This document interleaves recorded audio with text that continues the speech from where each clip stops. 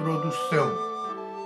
Embora não esteja em moda indagar-se a respeito da natureza jurídica deste ou daquele instituto, até porque da resposta muitas vezes não decorrem consequências práticas relevantes, destina-se este artigo exatamente ao exame da natureza jurídica do incidente de resolução de demandas repetitivas, porque muito se esclarece com sua determinação. 2. Incidente processual ou processo incidental. Salomão Viana traça a diferença entre incidente processual e processo incidente nos seguintes termos. O ponto que é comum entre o incidente processual e o processo incidental é o fato de ter que existir, sempre, um processo já em curso. Se não houver um processo em curso, não é possível falar em algo que lhe seja incidental. Assim, a inexistência de um processo em curso afasta tanto a ocorrência de um incidente processual como o nascimento de um processo incidental. Já o núcleo da distinção está no surgimento, ou não, de uma nova relação jurídica processual. O simples incidente processual jamais gera uma relação processual nova, ao passo que o que caracteriza o processo incidental é exatamente o fato de uma nova relação jurídica processual ser constituída. Outra premissa encontra-se em artigo de Aloísio Gonçalves de Castro Mendes, ao observar que o incidente de resolução de demandas repetitivas constitui procedimento incidental autônomo, de julgamento abstrato ou objetivo das questões de direito controvertidas, comuns às demandas seriadas. Demonstraremos, na sequência, com o exame de sua regulação legal, que o assim chamado incidente de resolução de demandas repetitivas constitui, na verdade, um processo incidental de natureza objetiva. 3. Pressupostos positivos e negativos. É pressuposto do incidente a efetiva repetição de processos, todos contendo controvérsia sobre idêntica questão de direito, com risco de ofensa à isonomia e à segurança jurídica. Fred Didier Júnior relaciona alguns exemplos de casos idênticos. É o que acontece nos litígios de massa, como as causas previdenciárias, as tributárias, as que envolvem servidores públicos, consumidores ou outros agrupamentos humanos. Nessas causas, discute-se normalmente a mesma tese jurídica, distinguindo-se apenas os sujeitos da relação jurídica. A desistência ou o abandono do processo em que suscitado o incidente não impede o exame de seu mérito, caso em que o Ministério Público assume sua titularidade. Sim, porque o incidente é um processo objetivo autônomo, apenas provocado em processo individual ou coletivo, como um filho que se torna independente assim que descartado do ventre da mãe. Por igual razão, o mesmo incidente, com o mesmo objeto, inadmitido num processo, pode ser admitido em outro. 4. Legitimidade ativa e passiva. O incidente pode ser provocado pelo juiz ou pelo relator de ofício, bem como pelo Ministério Público, pela Defensoria Pública e pelas partes. Porque se trata de um processo incidente e não de mero incidente processual, há legitimados específicos. Podendo ser provocado de ofício, há processo, mas não ação, porque esta supõe iniciativa da parte. Por se tratar de processo objetivo, a rigor não há partes, mas interessados. O interesse do réu é evidente, mas há outros interessados que podem participar do processo incidente, porque poderão ter sua situação jurídica atingida pela eficácia da decisão. Esse ponto é da maior importância, tanto para determinar os processos que deverão ser suspensos, quanto para determinar os que sofrerão os efeitos da sentença, ainda que não citados pessoalmente para o processo, dele tendo eventual notícia apenas pela publicidade genérica prevista pelo Código. Ao conceber o Instituto, o legislador pressupôs uma situação como a que se encontra nos processos relativos a direitos individuais homogêneos. Muitos titulares de direitos, substituídos, em face de um ou mais réus perfeitamente determinados e devidamente citados. Entretanto, da regulação legal resultou um processo objetivo de interpretação do direito em tese que, por isso mesmo, alcança os destinatários da norma declarada, hajam ou não participado do processo, hajam ou não dele tido notícia, como resulta claro da regulação dos processos objetivos autônomos, como a ação direta de inconstitucionalidade e a declaratória de constitucionalidade. Em ação proposta no Rio de Janeiro, contra a empresa de energia elétrica Ampla, o promotor de justiça Gustavo Nogueira suscitou o incidente de resolução de demandas repetitivas com pedido de fixação das seguintes teses jurídicas vinculantes. 1. Declaração de que o serviço de energia elétrica é essencial. 2. Reconhecimento de direito ao dano moral in re ipsa, caso o serviço de energia elétrica não seja restabelecido, em caso de interrupção que não possa ser imputado ao consumidor, em 4 horas a contar do momento da interrupção. A declaração ou não da essencialidade do serviço de energia elétrica e da responsabilidade objetiva das fornecedoras não se restringirá a ré no processo originário, estendendo-se a todas as empresas fornecedoras de energia elétrica, pelo menos no âmbito do Estado do Rio de Janeiro. Apenas o tempo de 4 horas poderá ser restrito à empresa Ampla, consideradas as condições peculiares da prestação de seus serviços. Isso ressalta a importância de se determinar com precisão os possíveis destinatários de cada obrigação declarada, tanto para o efeito de suspensão dos processos, quanto para a determinação da eficácia subjetiva da decisão. 5. Competência. A competência para processar e julgar o incidente é originariamente do Tribunal Local, Tribunal de Justiça ou Tribunal Regional Federal de Recursos. Não se trata de simples competência funcional, jurisdição exercida por mais de um órgão jurisdicional em um mesmo processo, porque a tese acolhida pelo tribunal é vinculativa também para os processos futuros. 6. Procedimento. O processo incidental é julgado em 2 etapas. Na primeira, o tribunal decide a respeito de sua admissibilidade. Na segunda, procede à instrução e ao julgamento do mérito.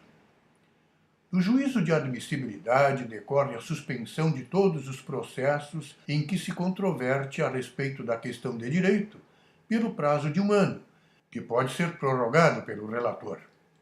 Por decisão do Supremo Tribunal Federal ou do Superior Tribunal de Justiça, a suspensão pode ser estendida aos processos pendentes em outros estados ou regiões.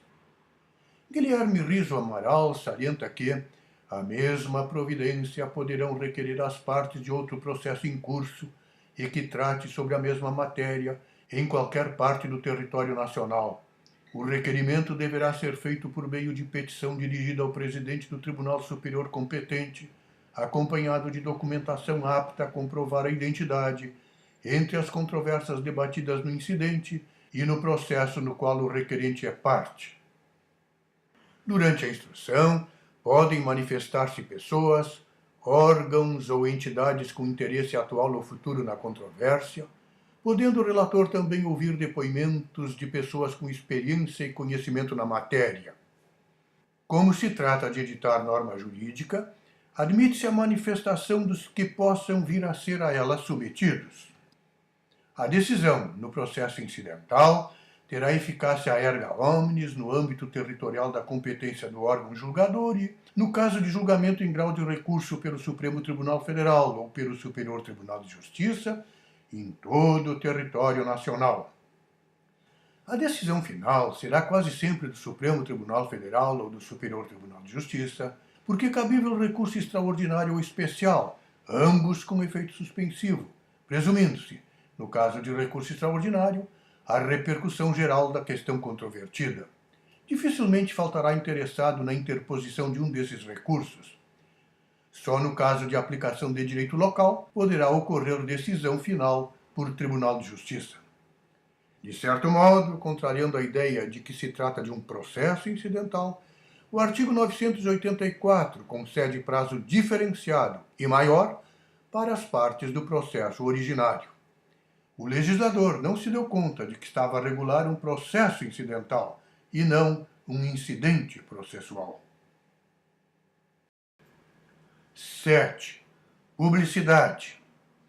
Guilherme Riso Amaral observa: o incidente de resolução de demandas repetitivas, por sua própria natureza, lida com os interesses de toda a coletividade potencialmente implicada na questão de direito debatida. Além disso, seu procedimento prevê a intervenção, espontânea ou provocada, de diferentes pessoas e órgãos que contribuirão para o seu julgamento.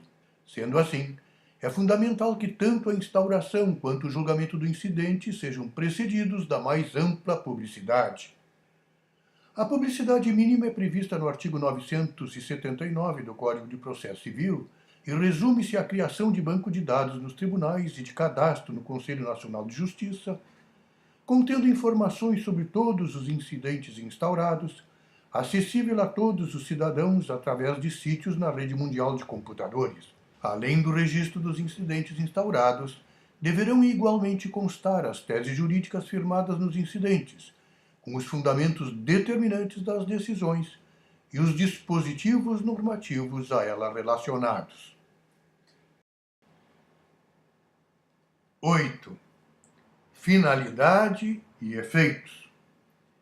O incidente tem a mesma finalidade e a mesma natureza do julgamento dos recursos extraordinário e especial repetitivos.